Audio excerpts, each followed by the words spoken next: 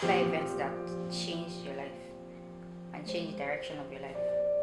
Yes, you say so. When I lost my brother, my senior brother.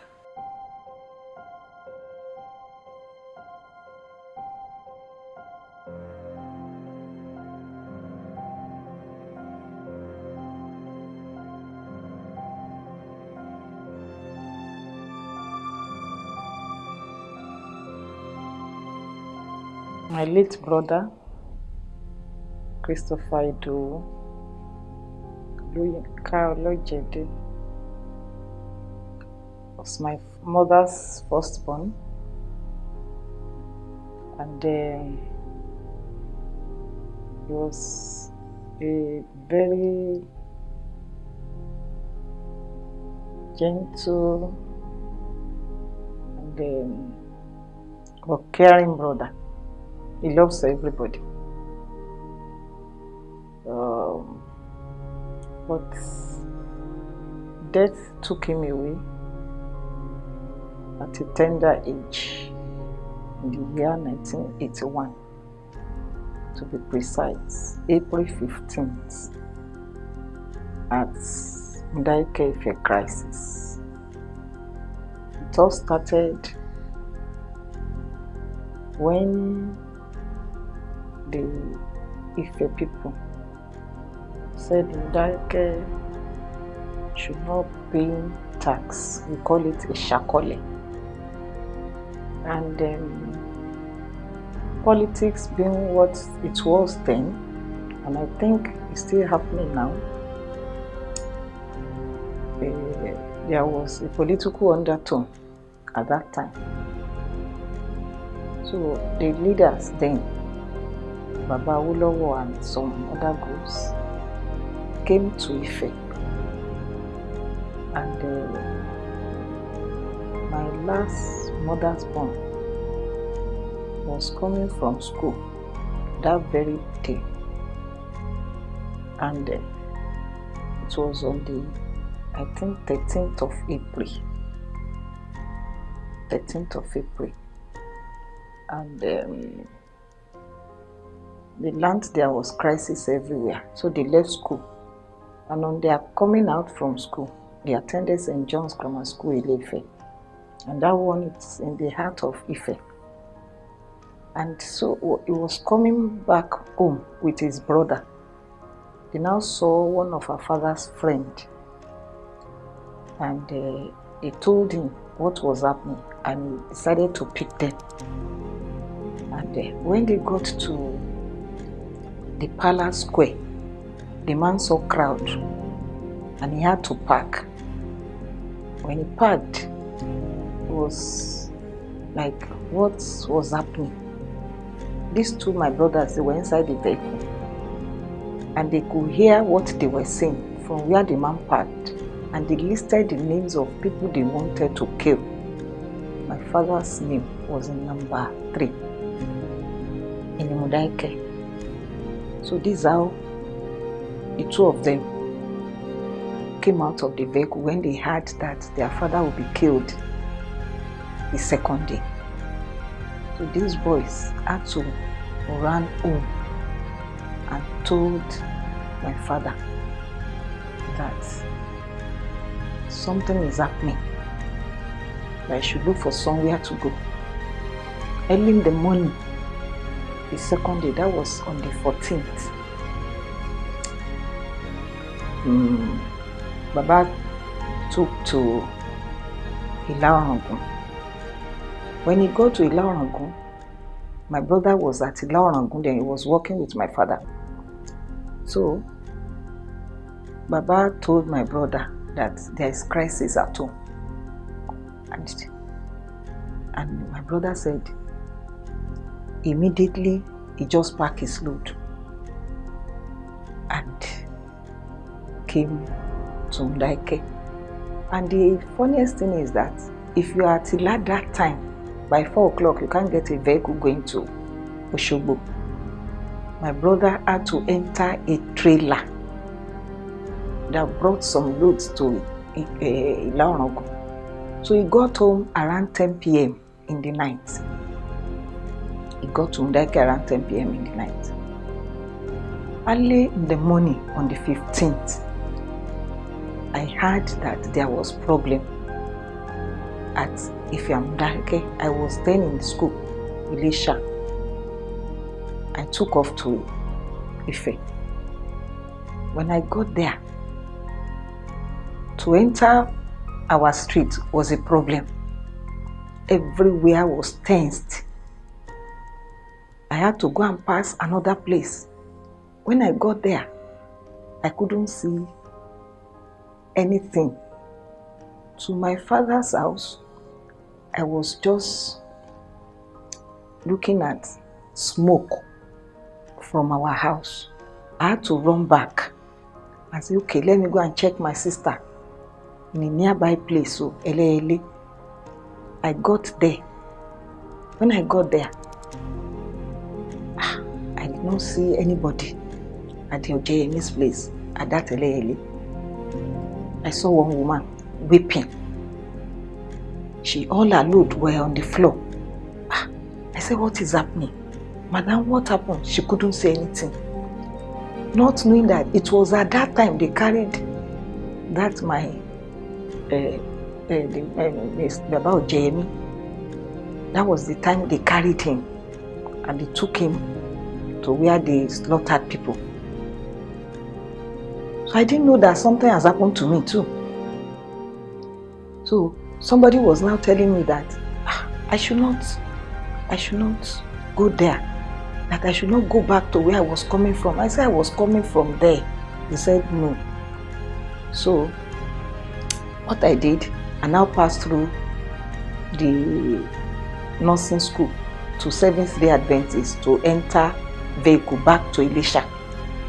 So as I was going, I entered that vehicle to Elisha. That vehicle was going to Ekiti.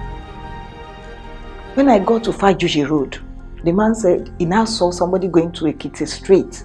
He now said I should get down. I said I can't get down here because I know some people will know me. So I said, okay, just wait, I will get down. So I got to my sister's junction at Fajuji then. She was staying at Fajuji, my father's firstborn. So when I got there, I now told my sister that everything, they have started burning our house.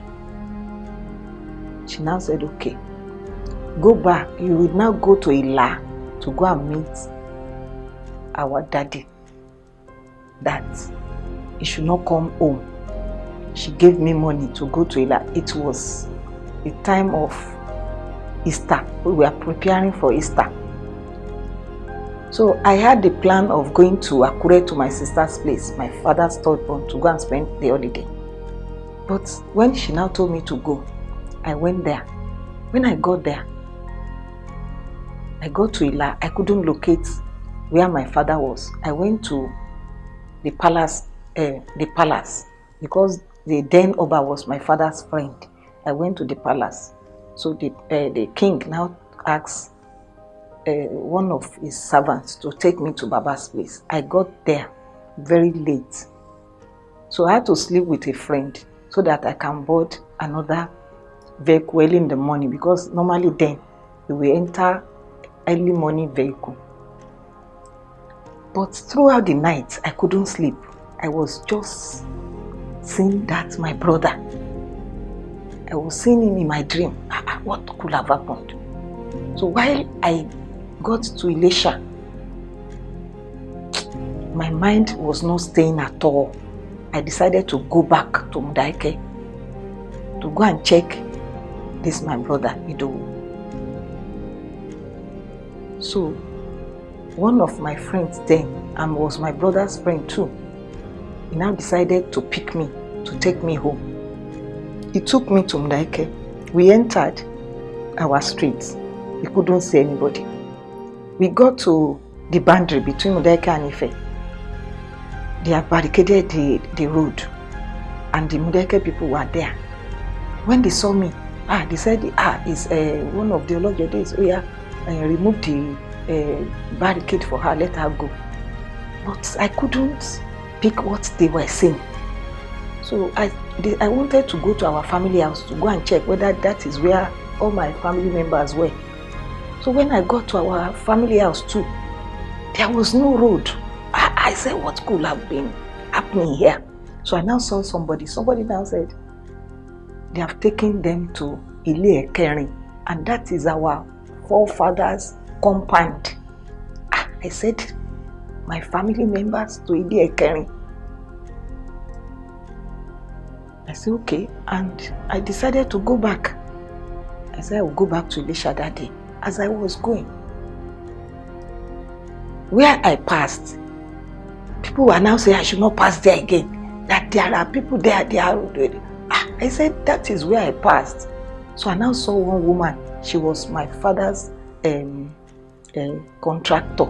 She used to supply him gravels.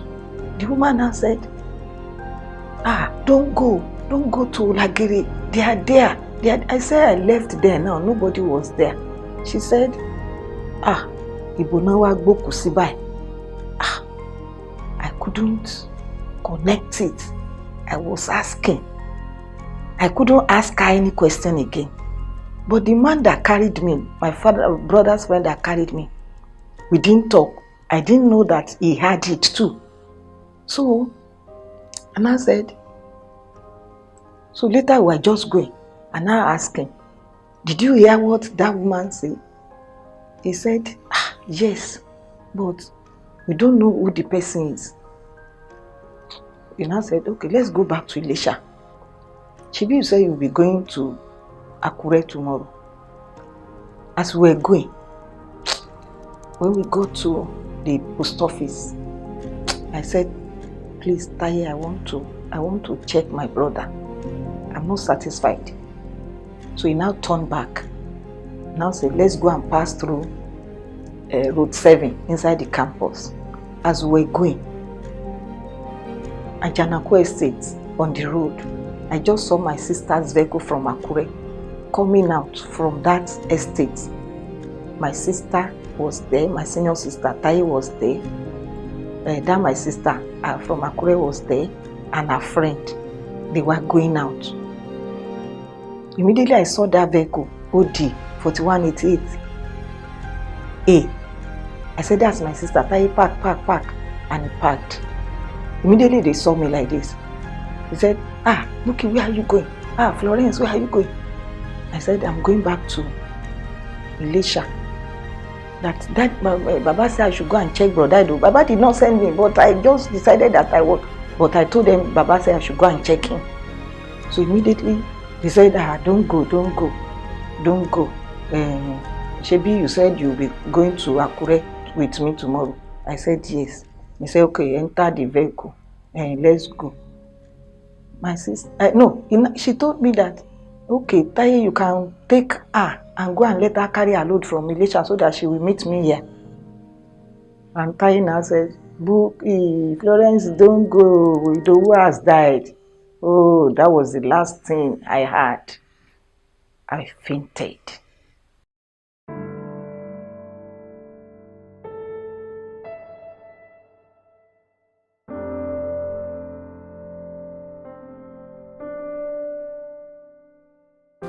I just discover myself inside my sister's friend's house in their sitting room. Immediately I woke up like this. I said, where's my mother? He told me that she was there in Magan. And then, what are we doing here? I asked them, what are we doing here? And let's go and meet her now. He said that's where they were going before. So we took off to Magan to check her. Everybody, they were waiting for me because they knew that I've not heard about it. So when they now saw me, I just came out of the vehicle as, everybody just stood up. I saw my mother on the floor, on the mat. I cried. The most painful thing there was when this man was shot. When he was shot, They took him to our market square, and this man died on my mother's hand, on my mother's arms. She was carrying him, and he gave up the ghost.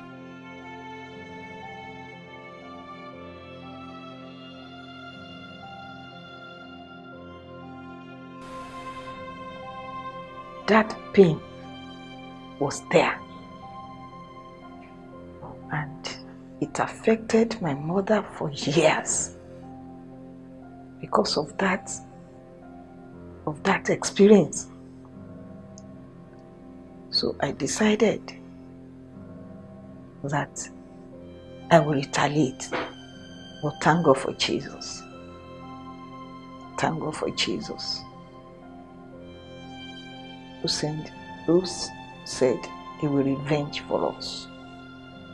I don't know why we are killing ourselves just for nothing. They couldn't achieve to kill my father. They killed my brother instead. And that was how the whole thing went on and on. That was 1981. Up till 1983, there was still crisis in Modakeke. But thank God that everything is peaceful. But Yorùbá sọ pé ojú àpá kò jojú ara.